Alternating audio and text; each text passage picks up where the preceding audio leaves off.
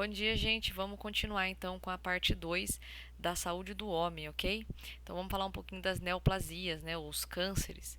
Então aqui a gente tem o desenvolvimento de uma célula normal, ó, a divisão celular como ocorre, a formação de um tecido normal, tá ok? Agora, quando tem presença de neoplasia, o desenvolvimento vai ser anormal. Então, eu tenho uma célula normal, aqui ocorre a mudança genética na informação dessa célula, e aí vai ter a divisão de células cancerígenas. E aqui eu tenho uma neoplasia maligna.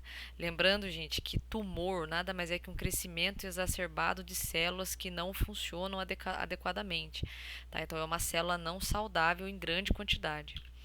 Aqui, gente, só para vocês terem uma ideia, né? Isso aqui foi printado do site do INCA, 2020, tá ok? Em homens, né? Então a gente tem aqui o ranking: próstata, traqueia, brônquios, cólon e reto, estômago, cavidade oral. Cavidade oral tá bem atrelada à questão do fumo, tá? Esôfago, bexiga, laringe, leucemias, sistema nervoso central, todas as neoplasias, com exceção melanomas, e né, todas as neoplasias de forma geral, tá? E aqui tem os índices, e aqui tá o ranking, tá ok? No caso das mulheres, eu quis colocar só para a gente fazer um paralelo o seguinte.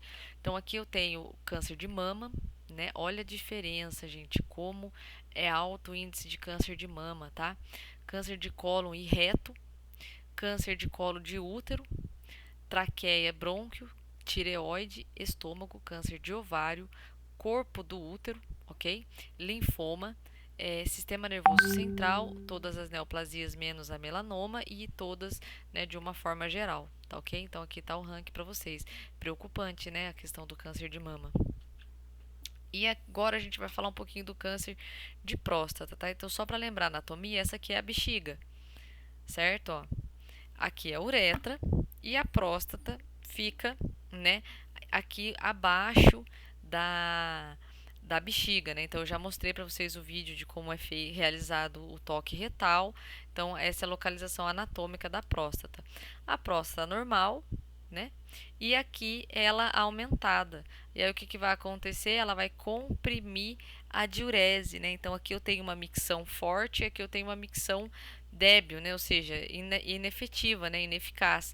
E aí o que acontece? Muitas vezes a gente vai passar a sonda vesical de alívio ou de demora e a gente encontra uma obstrução quando chega nessa parte aqui. Então a gente entra com a sonda pelo ósseo da uretra, quando a gente introduz até um certo ponto, tem resistência, a gente não pode forçar, por quê? Porque pode ser a próstata aumentada, tá? Então, ó, os exames eles são realizados, né, através dos níveis de PSA, né, que é um exame de sangue, a biópsia e o toque retal. Só que esses exames eles só são solicitados quando o médico especialista suspeita de que tem alguma coisa errada, tá? Aí esses exames são solicitados. É uma doença muito comum, tá? Com grande potencial de cura se ela for descoberta no início. Porém, devido ao receio, vergonha e outros motivos, os homens não buscam esse auxílio, né? E a doença acaba se agravando. Aí os fatores de risco são idade avançada, né, acima de 55 anos, histórico de câncer na família, sobrepeso e obesidade. A prevenção é alimentação saudável, manter o peso corporal adequado, praticar atividade física, não fumar, né, evitar o consumo de bebidas alcoólicas, tudo isso funciona como forma de prevenção. Sinais e sintomas, né? O paciente vai apresentar dificuldade de urinar, demora, né, em começar e terminar a urina, porque né, a uretra passa bem ali dentro da próstata. Pode acontecer sangramento, né, na urina, hematúria, diminuição do jato de urina, necessidade de urinar muitas vezes durante o dia ou durante a noite, tá ok? O ideal é que se faça a prevenção, né? Não vai esperar ter todos esses sintomas para procurar auxílio, tá ok? Câncer de pulmão. Aqui a gente tem um pulmão normal e aqui a gente tem um pulmão canceroso, né? Um pulmão, né, que foi vítima aí do câncer. Ele é todo chamuscado, né? Ele já teve a morte, né, dos alvéolos. Como que a gente vai detectar? Através do raio-x de tórax, né, e pode ser complementado com a tomografia computadorizada. Pode ser solicitado também uma broncoscopia, tá? Para avaliar, né, a árvore traqueobrônquica e eventualmente pode-se pedir uma biópsia. É fundamental, tá, gente, que o diagnóstico ele seja preciso, para que assim a gente consiga mensurar em que estágio esse câncer está, para ver se ele está no pulmão ou se ele já se alastrou para outros órgãos, tá ok? Os fatores de risco: histórico familiar, fumo, obviamente, né? Exposição a produtos químicos, né? Principalmente em ambiente ocupacional. Então, quando vocês tiveram saúde do trabalhador, provavelmente vocês ouviram falar de uma série de produtos, né? De ofícios, onde o trabalhador está exposto à inalação de uma série de fumaças produzidas pelo processo de fabricação de determinada peça com determinado componente, e quando inalado ele é cancerígeno, né? Ele tem potencial cancerígeno, tá? Então as DPOCs, né, como a enfisema pulmonar, né, e a bronquite crônica também podem estar desencadeando, né, o câncer.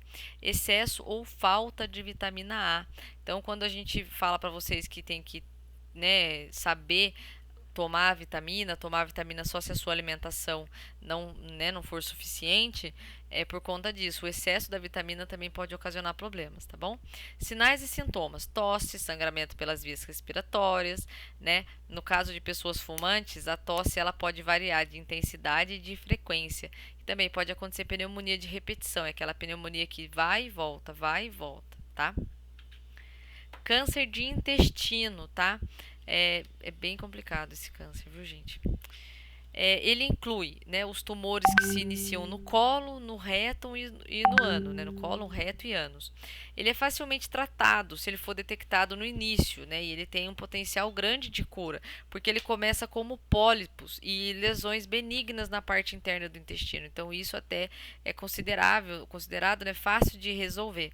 O tratamento ele tende a ser eficaz, no entanto, ele depende principalmente do tamanho do tumor, da localização e da extensão dele, tá?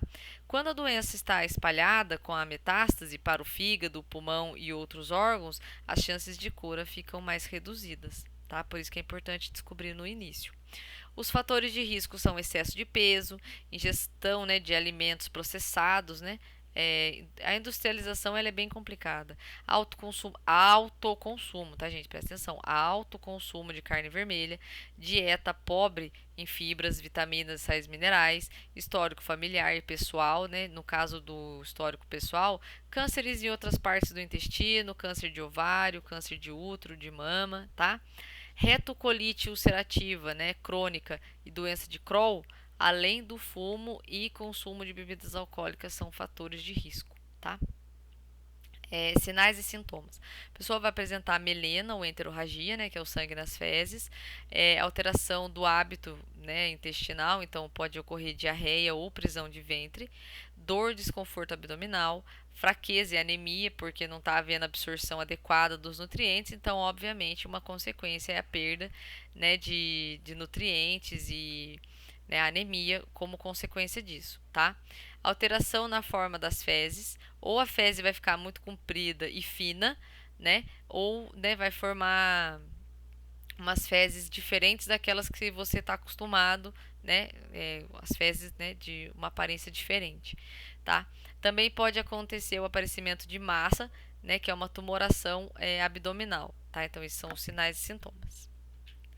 Câncer de estômago, tá? O câncer de estômago também ele é facilmente tratado se for diagnosticado no começo. O diagnóstico é feito através de endoscopia digestiva alta com biópsia, tá? A prevenção é manter o peso adequado, alimentação saudável, praticar atividade física. Todos eles, gente, falam que é para evitar consumo de álcool e drogas e fumo, tá? Todos eles. Sinais e sintomas: dor à palpação na região abdominal, perda de peso e de apetite, fadiga, sensação de estômago cheio, né? Vômito, náusea, desconforto abdominal persistente, né? Isso tudo pode indicar uma doença convencional, como por exemplo a úlcera ou gastrite, mas também pode indicar um tumor no estômago. Então não é para ficar sofrendo com a úlcera e não ir procurar saber o que é. Fatores de risco: excesso de peso, obviamente, né? Ingestão de, né, água proveniente de poços como, né, com alteração de nitrato, né? Então tem que saber muito bem de onde está ingerindo a água. Fumo consumo de bebidas alcoólicas, doenças pré-existentes como anemia, lesão pré-cancerosa, gastrite, atrofia, metaplasia intestinal, tudo isso acaba agregando, né, para o aparecimento do câncer. Infecção pela bactéria H. pylori, exposição a agrotóxicos e outros produtos químicos, bem muito comuns também no ambiente laboral, tá? Lembrando, senhores, que nós vamos verificar nas próximas aulas, assim, bem resumidamente, a questão do IMC, tá? Da verificação do índice de massa corporal. Nem sempre uma pessoa grande é uma pessoa que não tem saúde, né? Então a gente precisa tomar um certo cuidado. E uma pessoa magra também não é uma pessoa saudável muitas vezes. Então a questão não é estética, é a questão de saúde. Precisamos verificar isso, tá bom? O tratamento pode incluir cirurgias e quimioterapias. Aqui tem uma imagem, tá, de uma gastrectomia com esplenectomia total, ou seja, foi feita a retirada do estômago e do baço, tá? Essa é a parte de trás da peça que foi retirada. Então o estômago ficou todo comprometido e o baço também, tá? É bem difícil de identificar, né, o que é um, o que é o outro, tá? Aqui é a explicação, né, de uma como que poderia é uma das opções, né, que pode ser feita a gastrectomia, né, onde aqui acontece a retirada total do estômago, ó. Não tem mais estômago, é feita a ligação e aqui eu ligo a letra A na letra C. Observa? Tá, ó. E aí faz-se todo um desvio do trânsito e costura-se a letra C, tá, ó. Letra C. Foi feito, tá, uma junção dela aqui no corpo do intestino, tá? A letra C que originalmente estava aqui, ó, aqui embaixo, tá? E eu já volto pro próximo vídeo pra gente falar das doenças gastrointestinais.